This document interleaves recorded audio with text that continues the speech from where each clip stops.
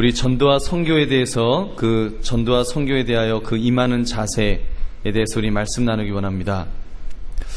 요즘 제가 시간적으로 좀 뒤숭숭한 편입니다. 두 가지 이유 때문인데, 첫째는 캄보디아 단기 선교를 오늘 오후에 떠나기 때문에 영적으로 많이 긴장이 됩니다. 둘째는 이제 10월 18일이 되면 한남 뉴타운에 대한 결정고시가 있을 것입니다. 결정고시가 되면 그 이후로는 속도감 있게 이 지역이 재개발이 될 텐데, 그때를 대비하여 우리가 무엇을 준비하는가에 대한 그런 긴장감이 있습니다. 그러던 중 지난 금요일에 전화 한 통화를 받았습니다. 우리 조전사님께서 궁연자 전도 성도님이라는 분이 소천하셨다라고 하는 그런 전화를 해주셨습니다.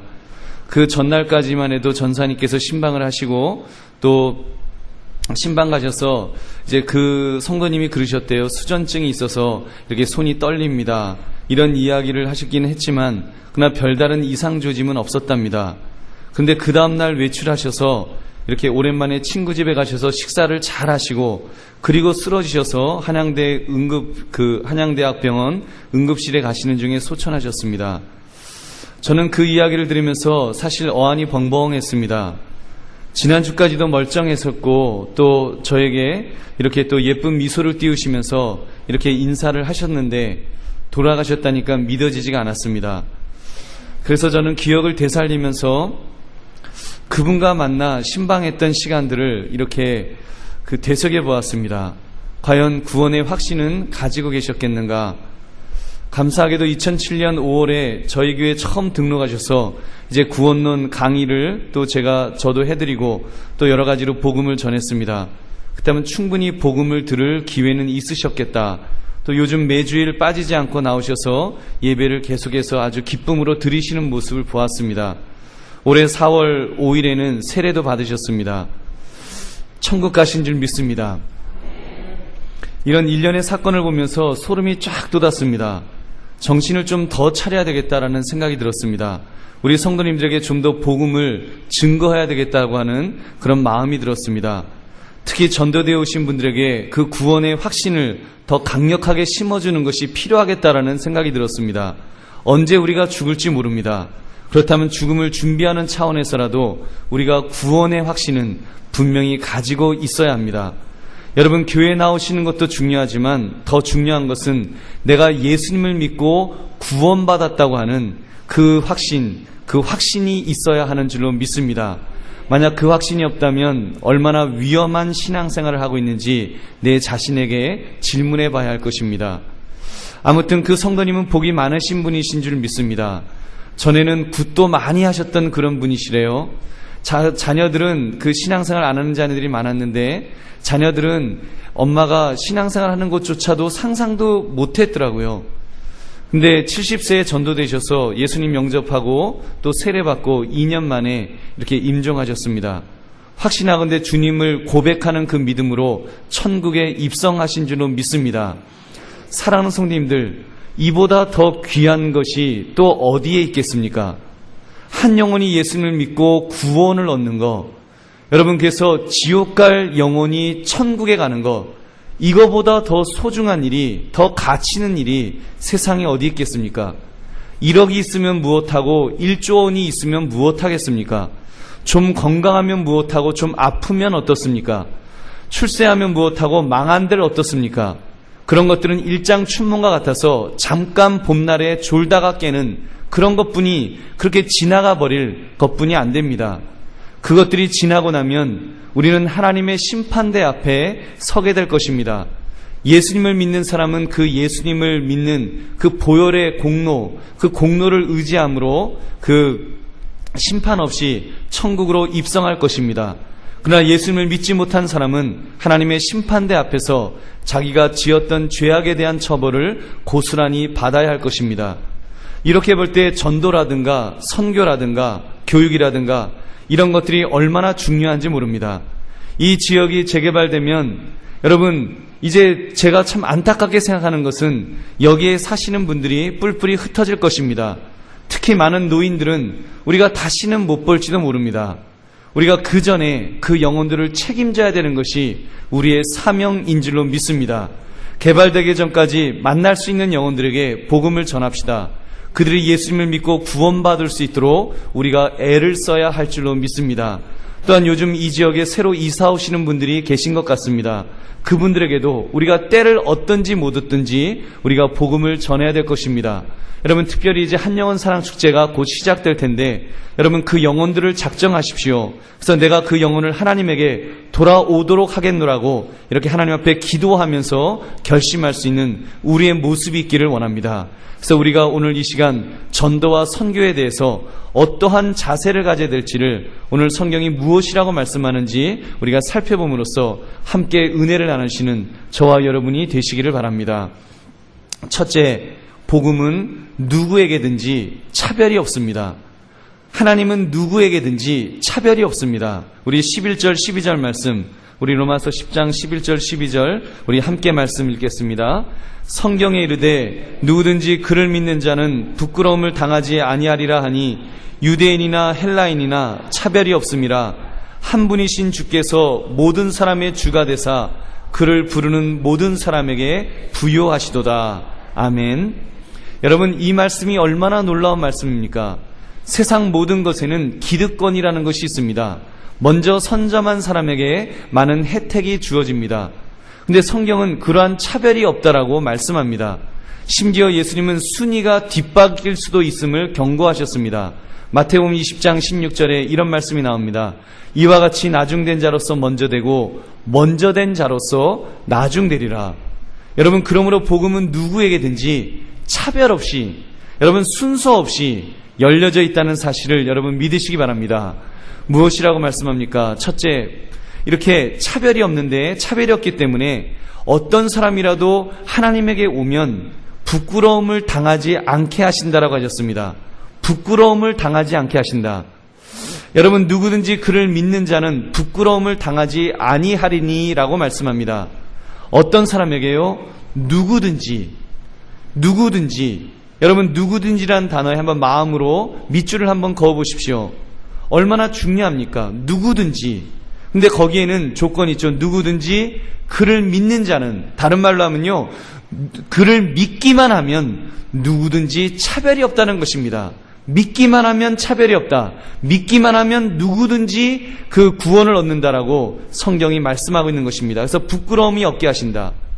여러분, 처음에 교회 나오면서 얼마나 쑥스럽고 부끄러우십니까? 제가 지난번에 대구에서 결혼식이 있어서 갔는데 공항에 딸린 호텔 예식장이었습니다. 근데 되게 제가 서성거리다가 화장실이 어디 있나 이렇게 하다가 이렇게 안쪽으로 들어가려는데 무전기를 들은 직원이 딱 가로막는 거예요. 그러더니 호텔 투숙객이십니까? 그러는 거예요. 그래서 아니요. 그랬더니 그럼 못 들어갑니다. 그러더라고요.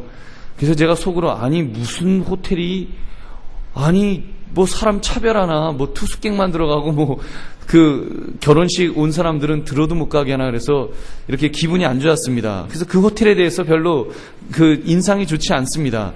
여러분, 이렇게 세상에서는 자격 미달이라는 것이 있어갖고 부끄러움을 당하기도 합니다. 그러나 누구든지 그를 믿는 자는 부끄러움을 당하지 아니하리라라고 이렇게 말씀하신 거, 여러분 이 사실을 분명히 믿으시기 바랍니다. 차별이 없습니다. 여러분께서 오래 신앙생활 하신 분들, 우리 성도님들 오래 믿으셔서 이렇게 익숙하신 분들, 복음에는 차별이 없다는 것을 꼭 기억하십시오. 우리 한강교회 성도님들은 그런 분이 한 분도 안 계시는데 저기 강을 넘어가면 가끔 있습니다. 내가 왕년에 내가 20년 내가 신앙생활 했는데 내가 뭐 몇 대째 내가 한강교회가 아니죠. 아무개 교회를 섬기는데 하면서 이렇게 자랑하시는 분들이 있습니다. 여러분, 주인의식을 갖는 것은 좋습니다. 그건 굉장히 건강한 것입니다. 그런데 주인 행세를 하려고 하면 안 됩니다. 그건 잘못된 것입니다. 저는 이렇게 말씀을 드리겠습니다. 저도 몇 대째 믿은 가정이라서 제가 여러분 용서하시고 들으십시오. 먼저 믿었다는 말은 하나님의 은혜를 뭐 한다고요? 먼저 빌어먹었다. 여러분, 그냥 은혜를 받았다라고 하면 별로 마음에 안 와닿아서 이제 좀 더 자극적인 표현을 하는 것입니다. 먼저 하나님의 은혜를 빌어먹은 것입니다. 여러분, 먼저 빌어먹었다라는 말을 쓴 이유는 자랑하지 말자는 것입니다. 자랑이 아니라요, 우리는 감사할 뿐입니다. 그저 내가 먼저 믿었기 때문에, 조상적부터 믿었기 때문에 하나님 앞에 감사할 일이죠. 이건 자랑할 일이 전혀 없다는 것입니다. 사랑하는 성님들, 특별히 처음 교회에 나오신 분들, 여러분 너무 주눅들지 마시기 바랍니다. 하나님은 늦게 나오셨다고 차별하시는 하나님이 아니신 줄 믿습니다. 그냥 이렇게 생각하십시오. 늦게라도 하나님의 은혜를 이렇게 빌어먹게 되었으니 감사합니다. 그래서 여러분, 신앙의 선배들에게 한번 이렇게 인사해 보시기 바랍니다. 선배님, 같이 빌어먹읍시다. 한번 따라해 보십시오. 선배님, 같이 빌어먹읍시다. 여러분, 이것이 신앙생활입니다. 우리가 무슨 자격이 있어서 하나님의 은혜를 받은 것이 아니라 우리는요, 하나님에게 그냥 빌어먹은 것입니다. 이거는요, 우리 믿음으로 하나님의 은혜로 값없이 그냥 받은 그런 은혜인 것입니다. 못 배우셨어도 괜찮습니다. 돈이 없으셔도 괜찮습니다. 직장이 없어도 괜찮습니다. 몸이 좀 아파도 괜찮습니다. 누구든지 그를 믿는 자는 믿기만 하면 부끄러움을 당하지 아니하리라, 이렇게 보증해 주신 줄로 믿습니다. 또 한 가지 더 기가 막힌 소식이 있습니다. 그것은 모든 사람을 부요하게 하신다는 말씀입니다. 12절을 보니까, 그 12절 중반부를 보니까 한 분이신 주께서 모든 사람의 주가 되사 그를 부르는 모든 사람에게 부요하시도다. 여러분, 복음은 우리에게 영혼의 구원만 이야기하지 않고 그 이상을 말씀합니다. 이상의 알파가 있음을 말씀합니다. 그를 부르는 모든 사람에게 부요하시도다. 여러분, 부유하시도다라는 말씀은 풍부하다, 부유하다, 부유하게 되다는 의미가 있습니다. 이 단어의 용법이요, 신약성경을 보면 세속적 재물에 대하여도 사용되었고 영적 소유의 부유함에도 사용되었습니다. 그리고 오늘 본문에서는 하나님의 부요하심이 모든 사람에게 유효하다는 그런 의미에서 선포되고 있습니다. 하나님의 부요하심, 하나님의 부자 되심이 우리에게도 적용된다, 우리에게도 유효하다는 이야기입니다. 이렇게 말할 수 있을 것입니다. 예수 믿으면 모두 물질적으로 부자가 됩니다 라고는 말할 수 없습니다. 그러나 예수 믿으면 하나님의 부요하심을 내 것으로 만들 수 있습니다. 여러분 믿으십니까? 하나님의 부요하심, 하나님의 부요하심을 내 것으로 만들 수 있습니다. 이것은 하나님의 말씀입니다. 모든 그를 부르는 모든 사람에게 부요하시도다. 그러므로 풍성한 인생을 살게 될 것입니다. 여러분 오해하지 마십시오. 100% 부자가 된다는 말은 아닙니다. 그러나 부자 이상으로 잘 사는 사람, 인생을 풍요롭게 사는 사람은 되게 될 줄로 믿습니다.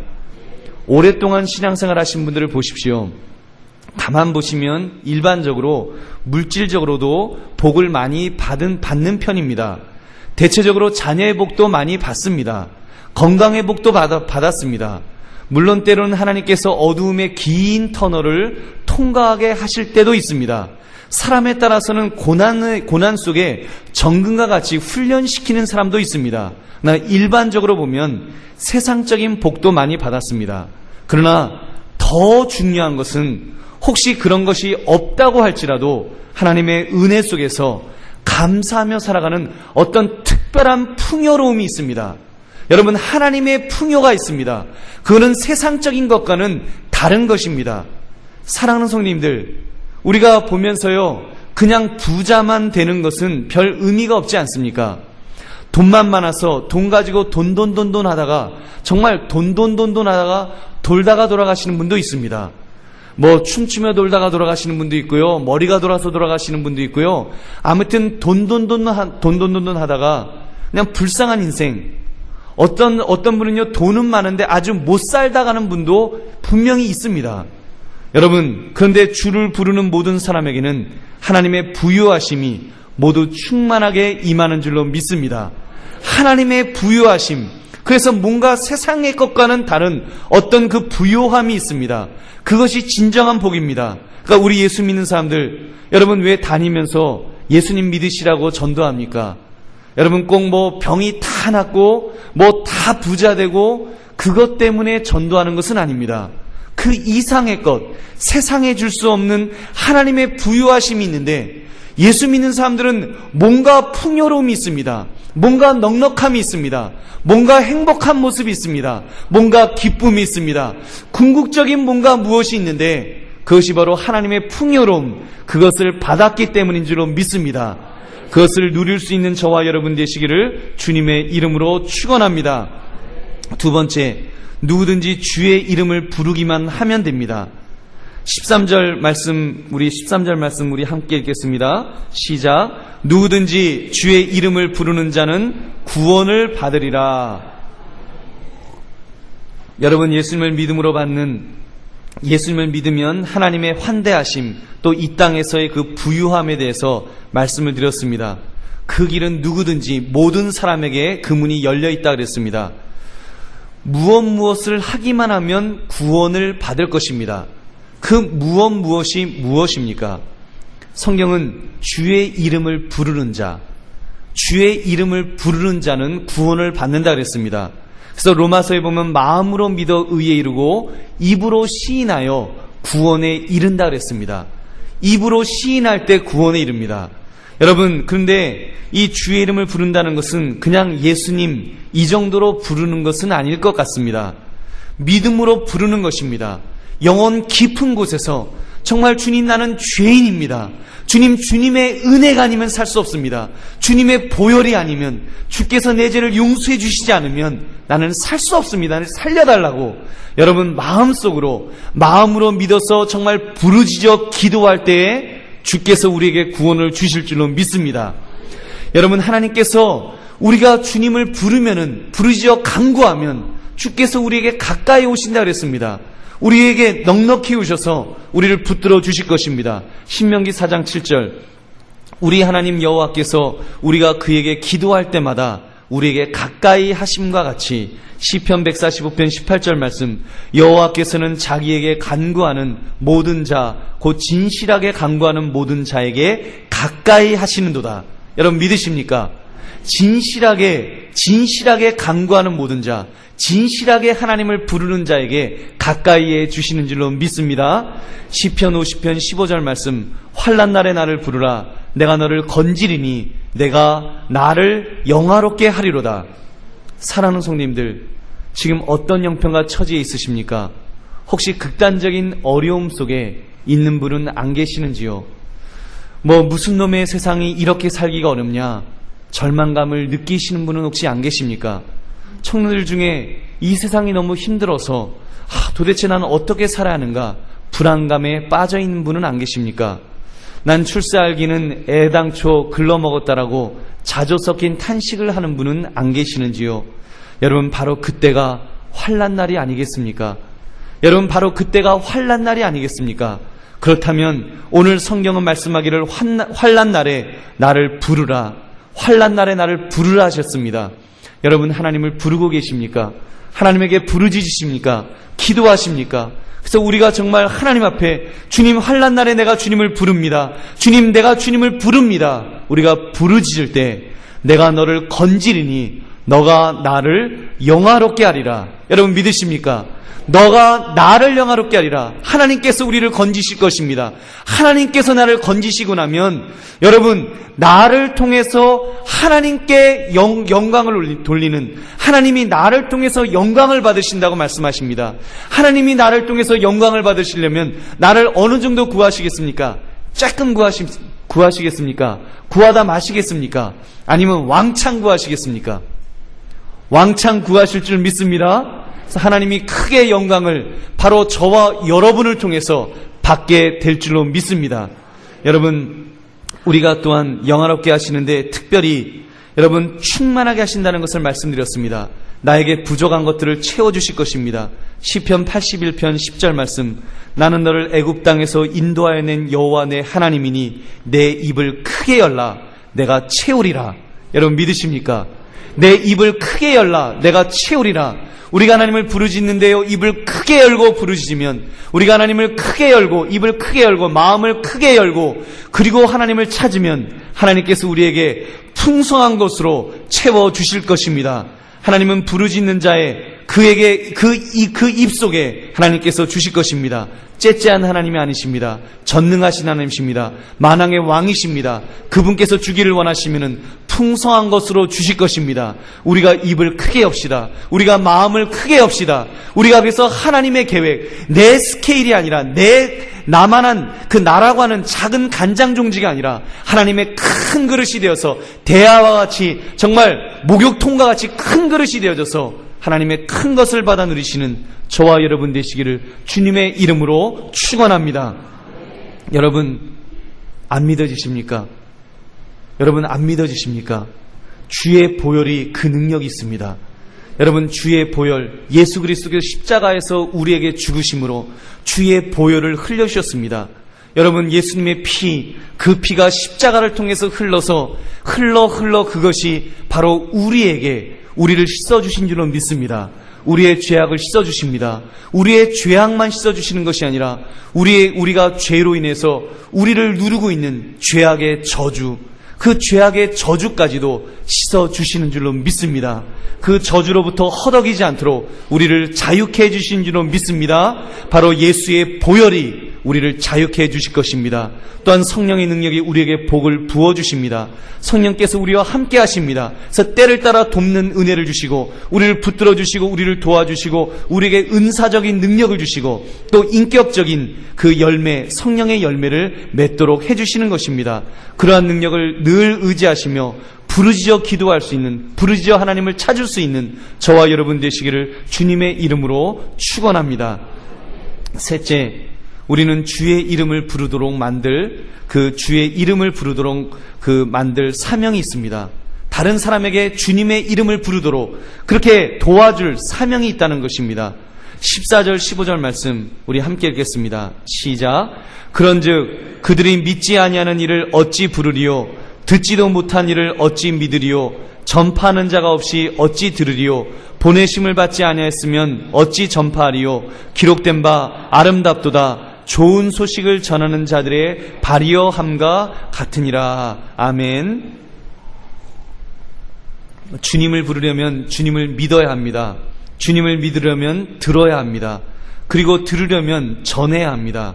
전파되려면 누군가가 하나님에 의해서 보내어져야 합니다. 그러므로 여러분, 하나님에 의해 보내심을 받은 사람들, 그 사람들이 듣고 믿고 주님의 이름을 부르고 구원받도록 하는 그 일을 감당하는 것입니다. 여러분, 그것이 얼마나 값진 인생일까요? 우리가 그런 인생만 살아갈 수 있다면 그것이 얼마나 소중한 그런 우리의 인생이 되겠냐는 것입니다. 여러분, 이 땅을 살면서 얼마나 마음이 허전하셨는지요. 바쁘게 직장 생활을 하고 사업장을 하지만 때로는 우리의 마음속 한쪽에서 스물스물 피어오르는 허무감이 있습니다. 내가 왜 이러고 사나? 내가 이러고 살면 뭐 하나? 왜 이렇게 내가 무슨 시계 다람쥐 쳇바퀴 돌듯이 이렇게 그냥 째깍째깍 돌아가기만 하나? 여러분, 그런 허무감이 혹시 있진 않았는지요? 여러분, 그럴 때 우리가 주의 음성을 들으면, 주님의 사명을 붙들 수만 있다면 우리의 인생이 더 가치 있는 인생이 되게 될 줄로 믿습니다. 하나님께서 오늘날 우리들을 부르십니다. 이사야 6장 8절을 보면 주께서 이르시되 내가 누구를 보내며 누가 우리를 위하여 갈꼬, 누가 우리를 위하여 갈꼬, 내가 누구를 부르며 내가 누구를 보내며 누가 우리를 위하여 갈꼬. 여러분, 그 부르심이 저에게도 있지만 여러분에게도 있는 것입니다. 주께서 여러분을 부르십니다. 누가 우리를 위하여 갈 거라고 하실 때 무엇이라고 대답하시겠습니까? 오늘 성경은, 여러분, 이사야 선지자는 주여 내가 여기 있나이다, 나를 보내소서라고 그는 그렇게 고백하였습니다. 그 고백이 바로 저와 여러분의 고백이 되시기를 주님의 이름으로 축원합니다. 오늘 그 고백 속에 수많은 주의 종들이 그 부르심에 응답을 하였습니다. 우리가 가는 캄보디아에 거기 임만호 선교사님, 하나님의 부르심이 있어서 그 부르심에 주님 내가 여기 있나이다, 나를 보내소서 해서 그 선교사님께서 지금 캄보디아라고 하는 곳에서 외롭게 사역을 하고 있는 것입니다. 그리고 오늘 단기 선교팀, 이렇게 또 하나님의 부르심이 있어서 그 일에 조금이나마 동참하는 마음에서 작은 부르심에 응답하고 있는 것입니다. 그래서 기쁨조가 되어서 정말 선교사님에게 그 용기를 주고 또 위로를 주고 또 조금이나마 도움을 주기 위해서 많은 훈련들을 했습니다. 훈련받는 일이 쉬운 일일까요? 매주일 밤 10시까지 남아서 이렇게 그 남의 나라 언어로 노래를 배우고 또 말을 배우는 것이 쉬운 일이 아닙니다. 그것이 여러분 하나님의 부르심이 아니면, 사명에 응답한 것이 아니면 하기 힘든 일입니다. 왜 집에 빨리 가서 발 씻고 그리고 편안하게 앉아서 쉬고 싶지 않으시겠습니까?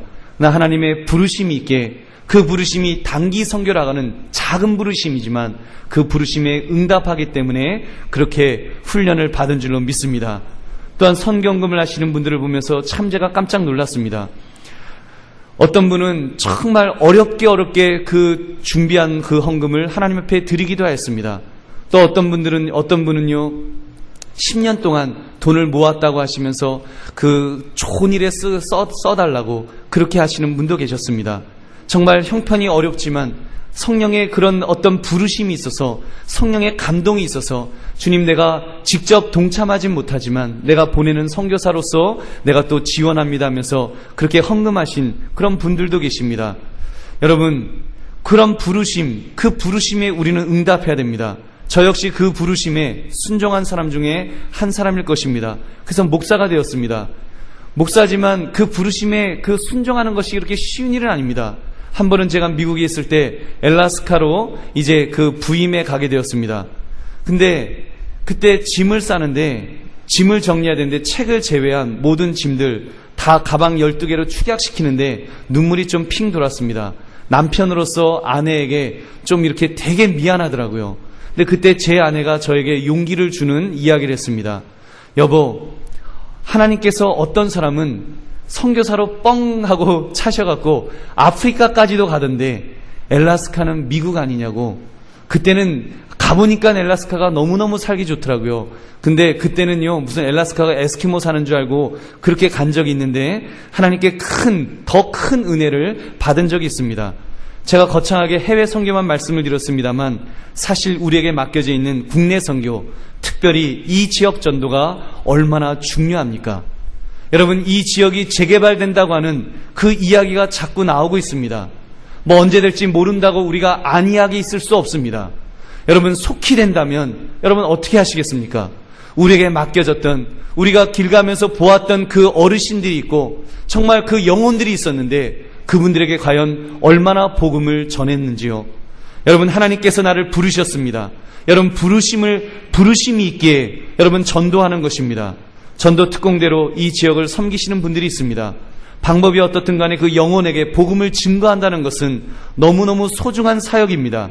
힘들지 않겠습니까? 피곤하지 않겠습니까? 상대방이 때로는 화나게 만드는, 그렇게 모욕감을 주는 그런 일은 없겠습니까?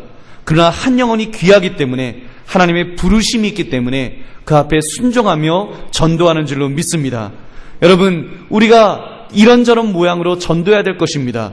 여러분, 우리가 또 어르신 공경잔치도 합니다. 어르신 공경잔치도 같은 맥락에서 보아야 합니다. 때로는 우리 한나전도회 같은 분들, 오히려 대접을 받아야 될 연령의 분들이 열심히 땀을 흘리면서 음식을 준비하십니다. 왜 하십니까? 그를 통해서 간접적으로나마 전도하기 위해서, 그 어르신들의 마음의 문이 열려서 정말 한강교회 좋은 교회다, 내가 언젠가는 가서 예배드려야지, 뭐 꼭 이 교회는 안 나오신다고 할지라도 다른 분들에게라도 한강교회 참 좋은 교회라고 칭찬하면 그것이 곧 간접적인 전도가 되기 때문에, 여러분, 복음의 문이 그렇게 해서 열릴 수 있기 때문에 우리가 그 일에 애를 쓰는 줄로 믿습니다. 여러분, 구역장님들 얼마나 수고가 많습니까? 구역 식구들 돌보는데요, 말 잘 듣는 구역원들이 있는가 하면 말 안 듣는 분들도 계십니다. 어떤 분은 아주 속상하게 만들어서 눈물을 철철 흘리게 만드는 그런 분도 있습니다. 그런데도 하나님의 부르심이 있기 때문에, 책임감이 있기 때문에 그 일을 감당하는 줄로 믿습니다. 또한 주일학교 교사들 부르심을 빼놓을 수 없을 것입니다. 주일학교 교육은 일종의 전도입니다. 여러분, 우리가 주일학교를 교육이라고 말하지만 사실은 교육이 아닙니다. 교육에 앞서서 전도입니다. 그 아이들은요, 아직 어리기 때문에 예수님을 영접하지 못한 아이들이 많습니다. 심지어 중직자의 자녀라도 아직 예수 믿지 않는 생자들이, 영적으로 생자들이 있다는 것입니다. 그 아이들에게 그리스도의 사랑을 보여주는 것입니다. 그 아이들에게 복음을 증거하다 보면 어느 날 마음의 문을 열고 나도 예수님 믿겠노라고, 나도 이제 결단하겠노라고 하는 일들이 일어납니다. 전도의 현장이 바로 주일학교 그 곳인 줄로 믿습니다. 그 밖에 여러분 일일이 거론하진 않지만 우리가 하나님의 부르심 속에 응답하고 있는 수많은 성도들이 있습니다. 직접적으로 또는 간접적으로나마 이렇게 복음을 전하는 것입니다. 하나님 앞에 영광을 돌리는 삶, 그것이 복음을 전하는 것입니다. 여러분이 집에 돌아가셔서 믿지 않는 배우자에게 내가 한 번 더 참아주는 것, 내가 더 한 번 사랑을 베풀어 주는 것, 내가 더 한 번 용서해 주는 것, 더 한 번 본을 보이는 것, 그것이 전도입니다. 여러분, 다른 것이 전도가 아닙니다. 여러분, 우리가 그래서 하나님 앞에 영광이 돌려지면 그것을 통해서 복음의 문이 열리게 될 줄로 믿습니다. 여러분, 하나님은 그런 그 사람들에 대해서 이렇게 말씀하셨습니다. 기록된 바 아름답도다. 좋은 소식을 전하는 자들의 발이여 함과 같으니라. 여러분, 좋은 소식을 전하는 자들의 발이 아름답다라고 말씀합니다. 바로 성도들의 발이 아름답다는 것입니다. 성도들의 수고가 아름답다는 것입니다. 성도들의 말씀에 순종하는 모습이 아름답다라고 성경은 말씀합니다. 여러분, 그러므로 우리 한번 옆에 분들에게 이렇게 한번 인사하겠습니다. 당신은 아름답습니다. 당신은 아름답습니다. 당신은 아름답습니다. 여러분은 아름답습니다. 여러분, 직접적이지 못하다고 할지라도 우리가 간접적으로나마 직장에서, 사업장에서 여러분 주님 앞에 영광을 돌리시기 바랍니다. 여러분, 하나님 앞에 영광을 돌리는 삶, 좀 더 본을 보이는 삶, 좀 더 희생하는 삶, 좀 더 사랑을 베푸는 삶, 그 삶이 바로 전도하는 그런 삶인 줄로 믿습니다. 그 모습을 통해서 하나님 앞에 영광이 돌려지고요, 바로 그 모습이 바로 아름다운 모습인 줄로 믿습니다. 사랑하는 성도님들, 우리 한강교회 가치를 여기에 이제 앞으로 많이 둡시다. 이번에 우리 그 궁영자 성도님께서 갑자기 돌아가시는 것을 보면서 이 가치가 얼마나 소중한 것인지를 다시 한번 깨닫게 되었습니다. 우리 한강교회는 복음이 증거되는 교회가 됩시다. 지역사회 속에서 전도하는 교회가 됩시다. 교회 안에서도 전도하는 교회가 됩시다. 구원의 확신, 여러분 구원의 확신을 물어보고요, 또 물어보고요, 또 교육합시다. 그래서 바나바 사역을 통해서, 확신반을 통해서, 성장반을 통해서, 제자반을 통해서, 또 사역반을 통해서 계속해서 구원에 대해서 정말 예수 믿고 구원 얻는 것을 물어봐야 되는 것입니다. 어떤 경우는요, 우리 교회는 안 그러겠지만 어떤 다른 교회 가면 권사님이, 집사님이 지금 돌아가시면 천국 가시겠어요? 그러면 아유, 천국을 지금 어떻게 가요? 아유, 어떻게 가요? 여러분, 그러면 안 됩니다. 여러분, 적어도 한강교회 성도라고 한다면 여러분, 내가 예수 믿고 구원받았다고 하는 그 분명한 확신이 있어야 되는 줄로 믿습니다. 여러분, 구원받는 것 어렵지 않습니다. 여러분, 내가 하나님을 부르면 됩니다. 하나님을 찾으면 됩니다. 부르시면 됩니다. 내 심령 속에 하나님, 정말 내 힘으로는 천국 갈 수 없습니다. 나는 죄인입니다. 예수님의 보혈이 내 죄를 씻어주셨음을 믿습니다. 나를 구원해 주세요. 내 죄를 용서해 주세요. 나를 이끌어 주세요. 천국까지 이끌어달라고 우리가 부르짖어 하나님을 찾고 기도할 때 여러분, 우리에게 구원이 이미 주어진 줄로 믿습니다. 여러분, 그래서 제가 여러분 다니다가 지금 죽어도 천국 가시겠어요? 물어보면 아멘 할 수 있는 모든 성도님들 되시기를 주님의 이름으로 축원합니다. 또 그 확신 가지시고 여러분 옆에 있는 이제 새로 예수님 믿으신 분들, 믿음이 어린 분들에게 예수님 믿고 천국 가야 된다고, 그래서 지금 죽어도 천국 갈 수 있냐고 물어봐야 되는 것입니다. 여러분, 그 질문 하십시오. 교회 다니냐고 물어보지 마십시오. 교회는 다 다닐 수 있습니다. 교회는요, 아무나 다닐 수 있습니다. 그러나 여러분, 하나님의 자녀는 지금 죽어도 천국 가냐고, 그때 아멘 하면서 나 예수님 믿는다고, 나 천국 갈 수 있다고 이 고백하는 그 사람이 바로 하나님의 복을 받아 누리는 사람인 줄로 믿습니다. 사랑하는 성도님들, 교회 나오는 것도 물론 중요합니다. 교회 나와서 자꾸 들어야 됩니다. 믿음은 들음에서 나오기 때문에 들어야 합니다. 그러나 여러분, 이제는 듣는 정도가 아니라 이제는 결단합시다. 마음으로 믿어 의에 이르고 입으로 시인하여 구원에 이른다 그랬습니다. 그러므로 여러분, 내가 정말 이렇게 고백하면서 내가 지금 죽어도 천국 갑니다라는 분명한 고백 속에 살아가시는 저와 여러분 되시기를 다시 한번 주님의 이름으로 축원합니다. 앞으로 우리 한강교회 정말 좋은 교회 되는데 앞으로 전도하고 선교 많이 하는 교회가 되기를 원합니다. 앞으로는 단독 선교사도 파송할 수 있는, 우리가 지금은 협력 선교로 많은 선교사님들을 돕고 있지만 단독 선교사들도 파송할 수 있기를 원합니다. 여러분, 바라기는 이제 저의 당대, 제가 한번 세어봤어요. 몇 명쯤 하면 좋을까 생각해봤는데 제 스케일이 한 50명. 작습니까? 선교사 50명 파송하려면 쉬운, 장로님들 작습니까? 제 당대에 한 50명쯤 하면 좋겠습니다. 또 몰라요. 우리 장로님들 중에 또 더 큰 비전이 있는 분이 계셔서 한 100명은 돼야죠. 그러면 교회가 배로 부흥해야 되는데. 여러분, 하여튼 우리 하나님 앞에 선교사도 많이 팔송할 수 있는 그런 교회 될 수 있기를 주님의 이름으로 축원합니다. 앞으로 이북에 우리 한강교회 지교회를 세울 수 있는 그런 교회 됩시다. 또 우리 이남 땅에도 우리 한강교회 지교회들, 교회가 필요한 곳에 교회를 세울 수 있는 그런 교회가 될 수 있기를 원합니다. 그래서 전도하고 선교하는 일에 생명을 걸 수 있는 그런 우리 성도들이 많은 그런 교회 되기를 주님의 이름으로 다시 한번 축원합니다. 말씀을 맺습니다. 전도와 선교에 임하는 자세에 대해서 우리가 3가지 말씀을 드렸습니다. 첫째, 복음은 누구에게든지 차별이 없다라고 말씀드렸습니다. 둘째, 누구든지 주의 이름을 부르기만 하면 구원을 받는다 그랬습니다. 누구든지 주의 이름을 부르기만 하면 됩니다. 믿기만 하면 되는 것입니다. 셋째, 주의 이름을 부르도록 만들 사명이 바로 저와 여러분에게 있습니다. 여러분, 그 부르심, 그 주신 사명에 우리가 순종함으로써 우리 한강교회는, 우리 한강교회 성도들은 그냥 이 땅을 그냥 나 혼자 먹고 사는 것이 아니라 참으로 전도하는데, 선교하는데, 우리가 또 교육하는데 이렇게 우리의 생명을 바치겠다고, 내 인생을 투자하겠다고 이렇게 결심하며 결단하며 또 그렇게 살아갈 수 있는 저와 여러분 되시기를 다시 한번 주님의 이름으로 축원합니다. 우리 함께 통성으로 기도하겠습니다. 오늘 말씀 기억하시고